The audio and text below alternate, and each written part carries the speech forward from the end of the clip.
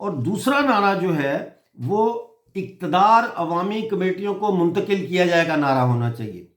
دیکھیں، جب تک عوامی ایکشن کمیٹی ہر جگہ پہ اقتدار کے ایوانوں پہ قبضہ نہیں کرتی، اس وقت تک جو ہے وہ ہم ایک متبادل متوازی سرکار قائم نہیں کر سکتے،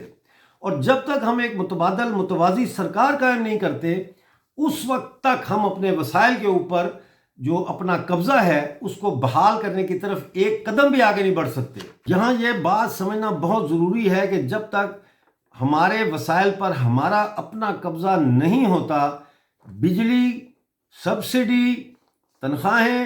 پینشن، یہ مسائل ہم حل نہیں کر سکتے،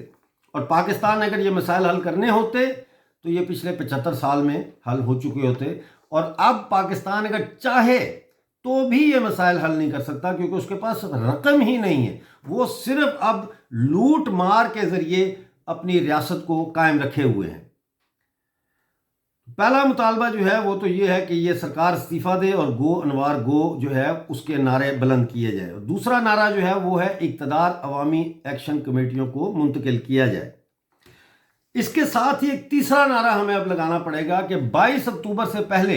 یہ اکتوبر کا مہینہ آج پہلی ہے، 22 اکتوبر سے پہلے پاکستانی قبضے والے جموں کشمیر، یا جس کو آزاد کشمیر بھی کہتے ہیں، اس کو خالی کرے۔ 22 اکتوبر سے پہلے پاکستان آزاد جموں کشمیر کو خالی کرے، یہاں سے نکلے۔ یہ 3 مطالبات جو ہے یہ آنے والے وقت میں اس پوری سول ڈس اوبیڈینس موومنٹ کے رخ کا تعین کرے گی اور اس کے نتائج کا بھی تعین کرے گی۔ یاد رکھیے، عوامی ایکشن کمیٹی جب اقتدار میں آتی ہے تو اس میں اس میں پینشنرز ایسوسی ایشن کے لوگ بھی ہیں، تاجر انجمنوں کے لوگ بھی ہیں، ٹرانسپورٹر ایسوسی ایشن کے لوگ بھی ہیں، جریدہ اور غیر جریدہ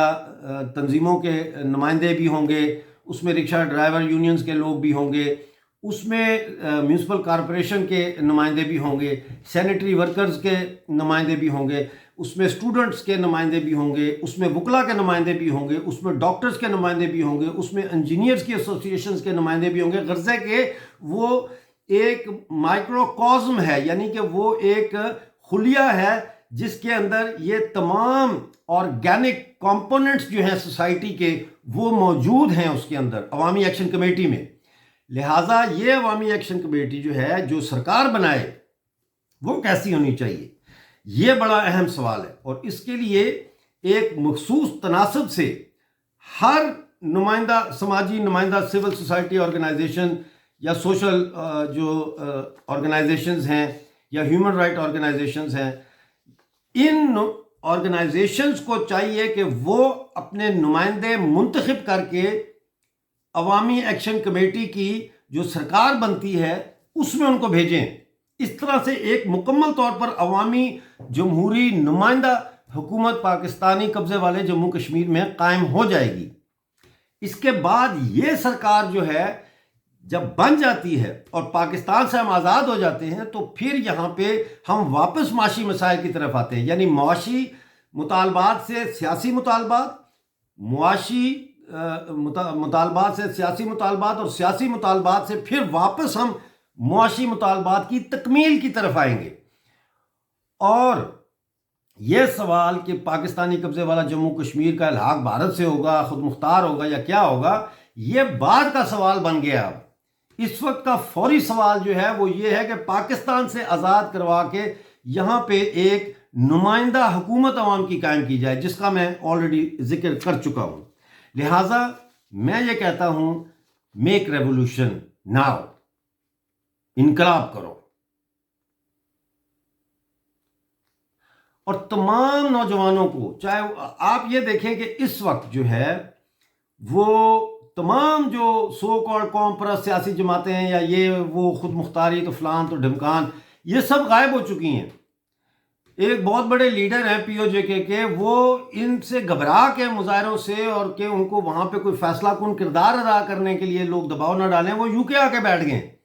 باقی لوگ غائب ہو گئے۔ میں نے ہمیشہ آپ لوگوں کو یہ سمجھایا ہے کہ انقلاب سیاسی پارٹیاں نہیں کرتی، اور نہ ہی کوئی شخصیت کرتی ہے، انقلاب ہمیشہ عوام کرتے ہیں، اور اس وقت عوام سڑکوں پہ ہے، اور عوام کی نمائندگی جو ہے وہ عوامی ایکشن کمیٹیز کے ذریعے ہو رہی ہے۔ تو اس لمحے کو یہ انقلابی لمحات ہیں، یہ وہ لمحات ہیں جن کے بارے میں ہمارے ایک دوست لال خان نے کہا تھا کہ لمحوں نے خطا کی، صدیوں نے سزا پائی۔ یہ انہوں نے بات 1968 کا جو پاکستان کا انقلاب تھا اس کے حوالے سے کی۔ تو